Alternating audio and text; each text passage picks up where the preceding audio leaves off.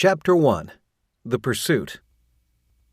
I fled him down the nights and down the days. I fled him down the arches of the years. I fled him down the labyrinthine ways of my own mind, and in the midst of tears I hid from him, and under running laughter. Of vistate hopes I sped, and shot precipitated, adown titanic glooms of chasmed fears, from those strong feet that followed after. But with unhurrying chase, and unperturbed pace, deliberate speed, majestic instancy, they beat, and a voice beat, more instant than the feet. All things betray thee, who betrayest me. From the Hound of Heaven, Francis Thompson. It started out as a mystery. In February of 1887, Wilfred Meynell, editor of the Catholic literary magazine, Merry England, received a parcel of disheveled manuscripts, smudged and rough around the edges, including the unsigned note, "In enclosing the accompanying article for your inspection, I must ask your pardon for the soiled state of the manuscript. It is due not to slovenliness, but to the strange places and circumstances under which it has been written." His interest piqued, Meynell leafed through the unsigned papers, wondering about whoever had sent them. The return address was only a London post office box. The Passion of Mary was one of the poems. Paganism Old and New and Dream Tryst were among a few other pieces of poetry and prose. Meynell was busy getting the next month's issue ready for print, so, to place them aside for the time being, he scrolled the sheaf of papers into a pigeonhole behind his desk. Sometime later he pulled them out to read, and one poem particularly moved him. He inquired at the post office, which didn't have any helpful information. Unable to discover the person who had penned the work, he finally decided to publish it in hopes that its author would see it in the magazine and contact him. On a spring day in 1888, shortly after the poem had been published, its author did write the editor. The return address this time was a chemist's shop. When Meynell went to inquire about the mysterious poet, the chemist told him the man was down on his luck and out in the streets, selling matches in order to live and to pay off his bill for opium he had purchased. Meynell paid the debt and wrote an invitation to meet at his office. One day, unannounced, a tired, used-up, apparently 30-something man showed up.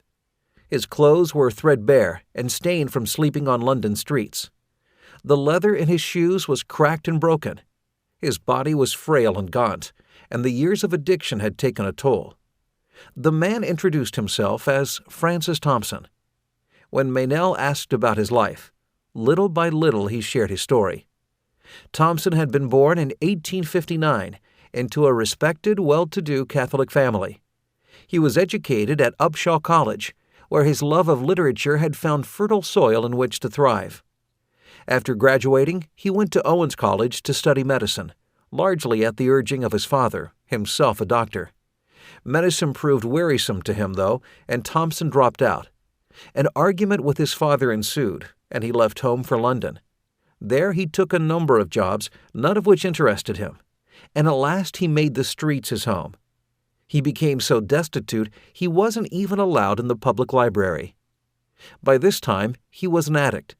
His drug use had started shortly after he read Confessions of an English Opium Eater, a book his mother had given him on his 18th birthday, and whose author used the drug to induce dreamlike visions that inspired his creativity. Thompson sought to do the same.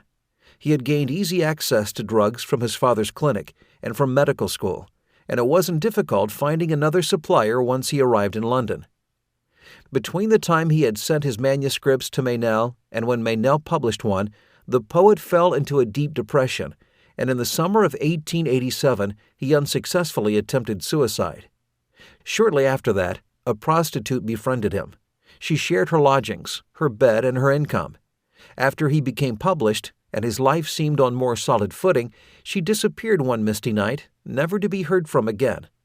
Thompson, who never revealed her name, described her in his poetry as his savior. The Meynell family watched over him, placing him under a doctor's care and sending him to a monastery in Sussex, where he was temporarily free from his addiction. He started writing poetry again, and Meynell brought him back to London, where he was introduced to friends and mentors. This was a productive time for him. Though Meynell alone realized the staggering nature of his genius, Little by little, his book became read and praised. He relapsed from time to time. He would be sent away to another monastery for care, and he would always recover, but never for long. From 1889 to 1896, Francis Thompson wrote 3 volumes of poetry. Between 1901 and 1904, he wrote 250 reviews and articles. His essay on Shelley was immediately received with acclaim. His most noted work, The Hound of Heaven, was recognized then by one critic as one of the very few great odes of which the language can boast, and has been hailed by another scholar as one of the great, if not the greatest, lyrical poems in the English language.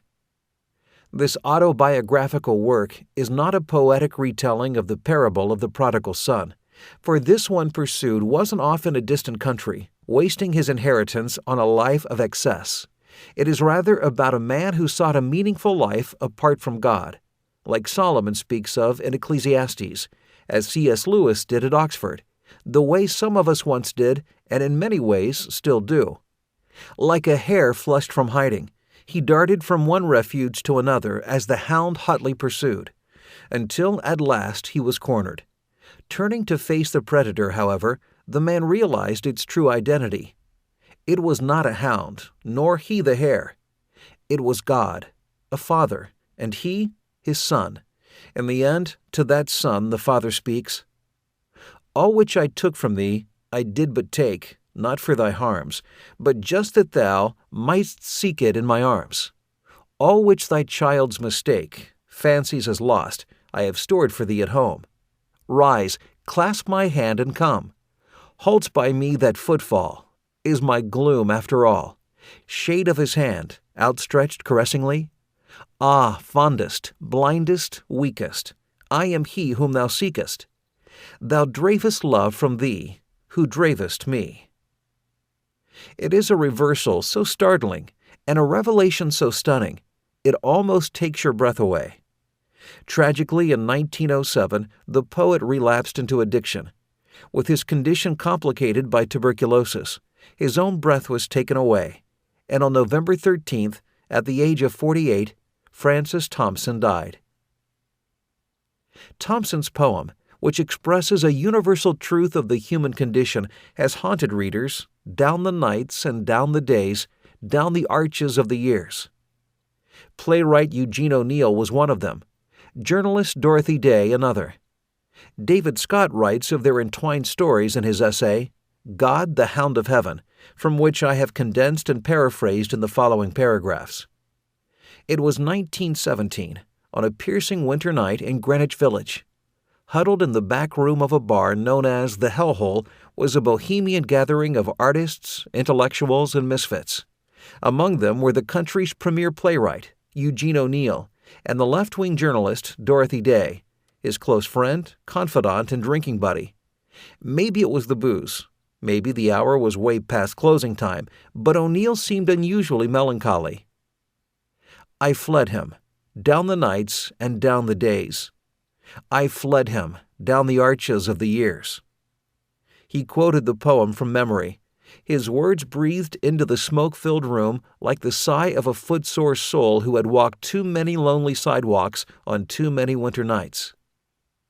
I fled him, down the labyrinthine ways of my own mind, and in the mist of tears I hid from him.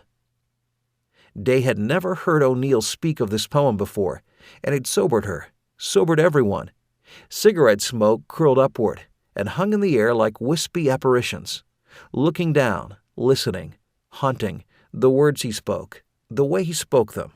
Everyone was hushed and still. Shortly after leaving the hellhole, Day and O'Neill parted company, not to see each other again for a decade. He wrote of a God who failed to make good on his promises, of sin and shame and the terror of death. He won 4 Pulitzers and the Nobel Prize in Literature, but happiness eluded him. She married twice, conceived twice, aborted twice, and finally bore a daughter by a man she never married. In December of 1927, she surrendered to the relentless pursuit of Heaven's hound and entered the Catholic Church. She lived a life of poverty, with no income and no security, caring for the homeless on the streets not far from the hellhole. She wrote of a merciful God. Many believe the church will one day declare her a saint. Dorothy Day never stopped praying for her friend who had opened her eyes with words he spoke. It is one of those poems, she wrote in her autobiography, From Union Square to Rome, that awakens the soul, recalls to it the fact that God is its destiny. We don't know if Eugene O'Neill's soul was ever so awakened. We do know that while he lay on his deathbed in Boston in 1953, Dorothy Day was with him. She summoned a priest to his side. Keeping vigil, she prayed. She prayed he would at last unclench his fist and grasp the hand that had been reaching out to him for so many years, hoping to hear the words he recited in a barroom on that blustery winter night. All which I took from thee I did but take, not for thy harms, but just that thou mightst seek it in my arms. All which thy child's mistake fancies as lost, I have stored for thee at home. Rise, clasp my hand, and come. More recently, this poem, which he had memorized as a child, came back to haunt novelist Anne Rice. Rice had a rich Catholic upbringing, having been raised by loving and nurturing parents who saw to it that her early imagination was stirred by the finest art, by architecture, films, plays, and literature.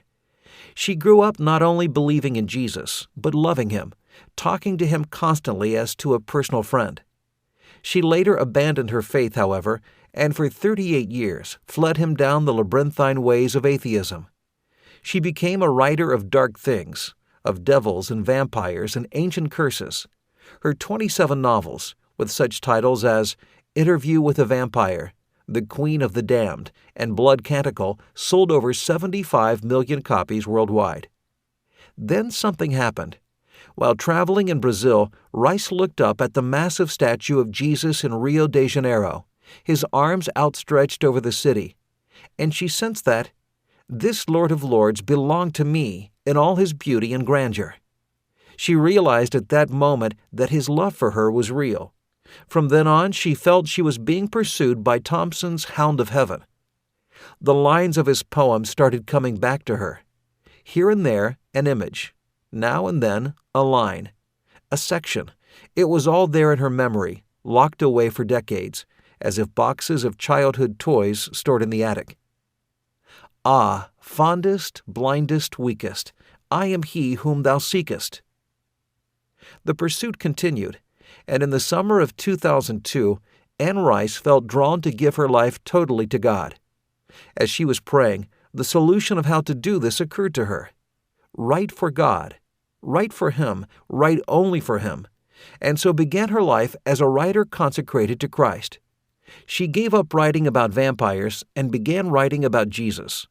Christ the Lord, Out of Egypt, was her first book to result from this commitment. Christ the Lord, The Road to Cana was next. In Called Out of Darkness, a spiritual memoir, Rice shares her story with snippets of Thompson's poem interspersed. Poet, playwright, journalist, novelist. Each was pursued by God, relentlessly. John Kellman, in Among Famous Books, reveals Thompson's genius in how he paced his lines, which tells us something important about the pursuit. The poem, by a strange device of rhythm, keeps up the chase in the most vividly dramatic realism. The meter throughout is irregular, and the verses swing onward for most part in long, sweeping lines. But 5 times, at intervals, the sweep is interrupted by a stanza of shorter lines, varied slightly, yet in essence the same. But with unhurrying chase, an unperturbed pace, deliberate speed, majestic instancy, they beat, and a voice beat, more instant than the feet. All things betray thee, who betrayest me. By this means, the hound's footfall is heard in all the pauses. In short staccato measures, we hear the patter of the feet patting after the soul from behind. It is a daring use of the onomatopoeic device in poetry, effective to a wonder, binding the whole of the ode into the unity of a single chase. He who inhabits eternity is not rushed for time. His chase is unhurried, his pace unperturbed, his speed deliberate.